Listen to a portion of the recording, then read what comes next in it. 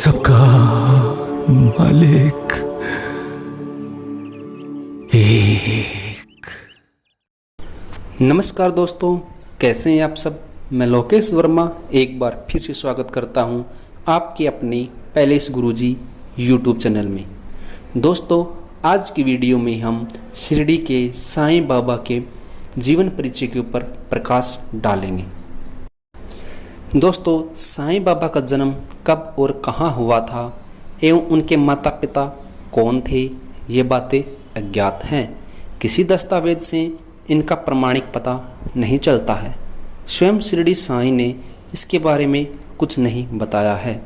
हालांकि एक कथा के रूप में यह प्रचलित है। झूठ नकली फूलों की तरह आकर्षक और मोहक लगता है और इंसान उसकी तरफ तुरंत आकर्षित भी हो जाता है। एक बार श्री साईं बाबा ने अपने एक अंतरंग भक्त महालसापति को, जो कि बाबा के साथ ही मस्जिद या चावड़ी में शयन करते थे, बतलाया जाता है कि मेरा जन्म पाथरडी या पाथरी के एक ब्राह्मण परिवार में हुआ था। मेरे माता पिता ने मुझे बाल्यावस्था में ही एक फकीर को सौंप दिया था। जब यह चर्चा चल रही थी तभी पाथरी से कुछ लोग वहां आए तथा बाबा ने उनके कुछ लोगों के संबंध में पूछताछ भी की। उनके जन्म स्थान एवं तिथि की बात वास्तव में उनके अनुयायियों के विश्वास एवं श्रद्धा पर आधारित थी।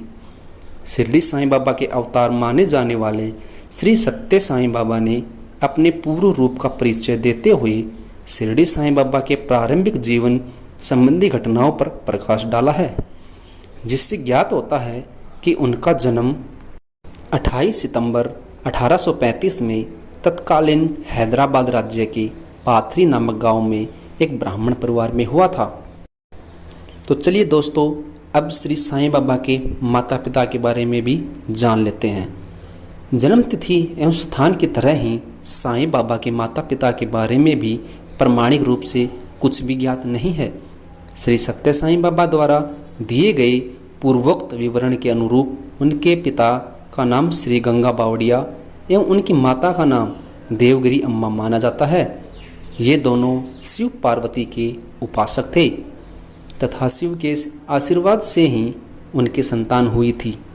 कहा जाता है कि जब साईं अपनी माँ के गर्भ में थे, उसी समय उनके पिता के मन में ब्रह्म की खोज में अरण्यवास की अभिलाषा तीव्र हो गई थी। वे अपना सब कुछ त्याग कर जंगल में निकल पड़े थे। उनके साथ उनकी पत्नी भी थी। मार्ग में ही उन्होंने बच्चे को जन्म दिया था और पति के आदेश के अनुसार उसने वृक्ष के नीचे छोड़कर चली गई थी। एक मुस्लिम फकीर उधर से निकले जो निसंतान थे। उन्होंने ही उस बच्चे को अपना लिया और प्यार से बाबा नाम रखकर उन्हें पालन पोषण करने लगे। बाबा का लालन पालन एक मुसलमान फकीर के द्वारा हुआ था, परंतु बचपन से ही उनका झुकाव विभिन्न धर्मों की ओर था, लेकिन किसी के धर्म के प्रति उनकी एकनिष्ठ आस्था नहीं थी। कभी वे हिंदुओं के मंदिर में घुस जाते थे तो कभी मस्जिद में जाकर शिवलिंग की स्थापना करने लगते थे। इससे न तो गांव के हिंदू उनसे प्रसन्न थे और न ही मुसलमान। निरंतर उनकी शिकायतें आने के कारण उनको पालने वाले फकीर ने उन्हें अपने घर से निकाल दिया। साईं के जितनी वृत्तांत प्राप्त हैं वे सभी उनके किसी न किसी चमत्कार से जुड़े हुए हैं। ऐसे ही एक वृत्तांत के अनुसार औरंगाबाद जिले के धूप के एक धनाढ्य मुस्लिम सज्जन की खोई घोड़ी बाबा के कथानुसार मिल जाने से उन्होंने प्रभावित होकर बाबा को आश्रय दिया और कुछ समय तक बाबा वहीं रहे। तुम हो जो इंसान को हर पाप से मुक्ति दे सकते हो।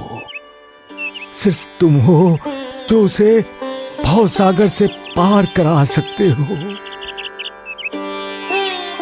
ये इंसान कब समझेगा मालिक, कब उसकी आप। अब दोस्तों, ये जान लेते हैं कि शिरडी में बाबा का आगमन कैसे हुआ। चमत्कारी कथा के तौर पर ही कहा जाता है कि बाबा पहली बार 16 वर्ष की उम्र में शिरडी में एक नीम के पेड़ के तले पाए गए थे। उनके इस निवास के बारे में कुछ चमत्कारिक कथाएं प्रचलित हैं। कुछ समय बाद वे वहां से अदृश्य हो गए थे। पुनः शिरडी आने एवं उसे निवास स्थान बनाने के संदर्भ में कथा है कि चांद पाटिल के आश्रय में कुछ समय तक रहने के बाद एक बार पाटिल के एक निकट संबंधी की बारात शिरडी गांव गई, जिसके साथ बाबा भी गए। विवाह संपन्न हो जाने के बाद बारात तो वापस लौट गई, परंतु बाबा को वह जगह काफ़ी पसंद आई और वे वहीं एक जीर्ण शीर्ण मस्जिद में रहने लगे और जीवन पर्यंत वहीं रहे। पुरुष जो भी लीला करते हैं उसमें लोगों का, समाज का हित छिपा होता है, जैसे आप लीला करते हैं बाबा। दोस्तों, साईं बाबा का नाम कैसे पड़ा? कहा जाता है कि चांद पाटिल के संबंधी की बारात जब शिरडी गांव पहुंची थी तो खंडोबा के मंदिर के सामने ही बैलगाड़ियां खोल दी गई थी और बारात के लोग उतरने लगे थे। वहीं एक श्रद्धालु व्यक्ति महालसापति ने तरुण फकीर के तेजस्वी व्यक्तित्व से अभिभूत होकर उन्हें साईं कहकर संबोधित किया। धीरे धीरे शिरडी में सभी लोग उन्हें साईं या साईं बाबा के नाम से ही पुकारने लगे और इस प्रकार वे साईं के नाम से प्रसिद्ध भी हो गए। दोस्तों, जैसा कि आपको पता है कि साईं बाबा का लालन पोषण मुसलमान फकीर के द्वारा हुआ और बाद में वे प्राय मस्जिदों में ही रहे। उन्हें लोग सामान्यतया मुस्लिम फकीर के रूप में ही जानते थे। वे निरंतर अल्लाह का स्मरण करते थे। वे अल्लाह मालिक कहा करते थे। हालांकि उन्होंने सभी धर्मों की एकता पर बल दिया है और विभिन्न धर्मावलंबियों को अपने आश्रय में स्थान देते थे। उनके अनुयायी हिंदू और मुसलमान दोनों थे।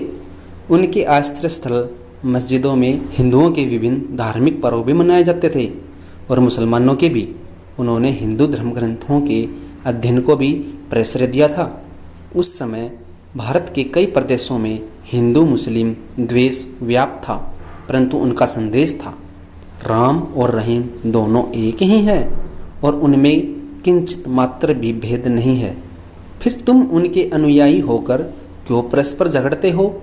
अज्ञानी लोगों में एकता साध कर दोनों जातियों को मिलजुल कर रहना चाहिए। और उनका एक मुख्य संदेश यह भी था श्रद्धा और सबूरी, यानी सबका मालिक एक। तो दोस्तों, कैसे लगी आपको ये वीडियो? अगर आपको पसंद आई हो तो वीडियो को लाइक करें, शेयर करें और चैनल को सब्सक्राइब ज़रूर कर दीजिए। मिलते हैं एक नई वीडियो के साथ, तब तक धन्यवाद। जय हिंद।